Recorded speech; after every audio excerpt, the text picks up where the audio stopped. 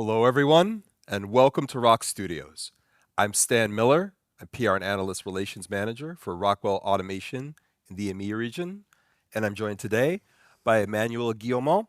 He is Vice President of Sustainability at Rockwell. Emmanuel, welcome to the studio. Thanks for having me, Stan. Great to see you.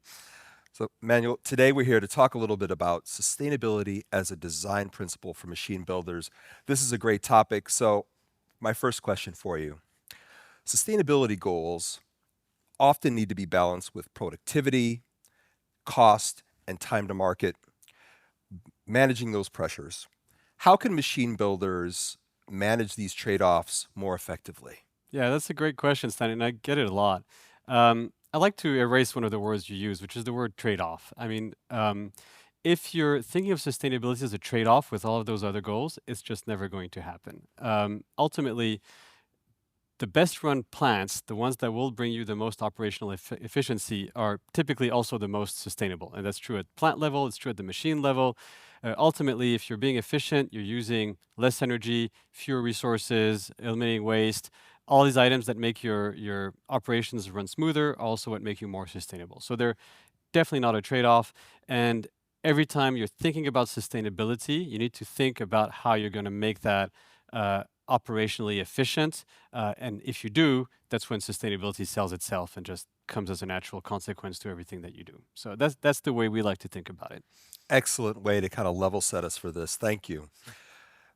Sustainability is increasingly becoming a design principle rather than a reporting exercise. How is this shift changing the way machine builders define performance across the life cycle? Yeah, great question again. So what we at Rockwell, the way we think about it, and it's also a good way for machine builders, for our customers to think about it, is like we embrace the principle of design for sustainability. So we have a team of people who aim to change how we design our products. So they're not changing our past products. They're embedding in our engineering processes sustainability goals and sustainability metrics, and always balancing them, making sure that they make sense with the price point of the machine and with the customer goals and everything. So what you want to do is, because there's a demand in the market for products that will have a lower energy footprint, that will enable some recycled materials. From the get-go, you need to start thinking about that and embedding those principles in your engineering processes instead of using them as an afterthought that you would do later. So really, it must be from the very beginning of your process design. Oh, that's great. Thank you. Manuel, many OEMs are turning to things like digital twins and data-driven tools to improve efficiency. How do these capabilities help integrate sustainability earlier in the design and engineering process? Yeah. So when you think about how we used to design machines and how we used to design plants before digital twins, what we were doing is it was trial and error. We'd build a plant and then we'd say, oh no, actually the flow is not great. Let me move this machine from here to there, and we would redo things. And really digital twins, but both at the level of the machine and at the level of the plant, allow you to play this game before you actually build the plant, right? So you can build a digital twin, you can model the flows of your materials throughout the machine or throughout the plant.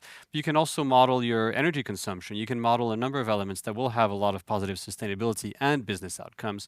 But ultimately, being able to make this design before testing it out, before you actually roll it out, it will make, again, your plant more efficient. But by doing that, you're going to eliminate waste. You're going to eliminate this process of changing your machine afterwards or changing your plant afterwards, which ultimately is a positive sustainable outcome. So that's really how digital twins enable sustainability, is by removing the waste of failing in your plant or machine design. I love this common reoccurring thread of like sustainability at the very beginning. Looking ahead, what role will sustainability play in shaping competitive differentiation for machine builders, particularly as customer expectations and regulations continue to evolve? Yeah, so it's really going to be an enabler for achieving a number of positive outcomes. So one of them is the energy market is extremely dynamic, and we see electricity prices rising in the U.S. and across the world because of data centers that are sprouting everywhere. We see oil price fluctuating wildly because of geopolitical events. One time it's COVID, one time it's the war in Ukraine, another time it's the war in Iran. So really, the oil price will fluctuate a lot, and every time you can build in a system that will be very well managed in terms of energy consumption, you're not only lowering your costs, but you're also hedging against these fluctuating prices, and it's a more financially secure approach to have something that is going to be very well managed in terms of energy. But there's another aspect as well. A lot of packaging companies are moving towards more paper material. We see it for a lot of our customers, or more recycled materials. And these materials come with different mechanical properties.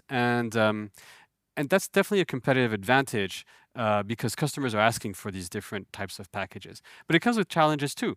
And you need to have machines that are going to be very flexible and adaptable to these new materials and their mechanical properties. But that's also why you need an automation system that's going to be flexible and adaptable.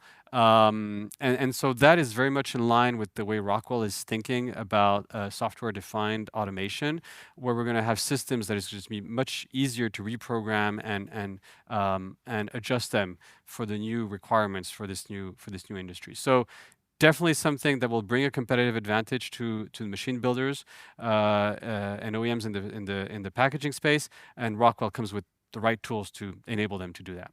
That's great. Emmanuel, always a pleasure to see you. Thank you so much for joining us in the studio today. Thanks for having me, Stan. Thank you for watching. If you'd like to learn more about industrial automation, digital transformation, and sustainability, visit rockwellautomation.com.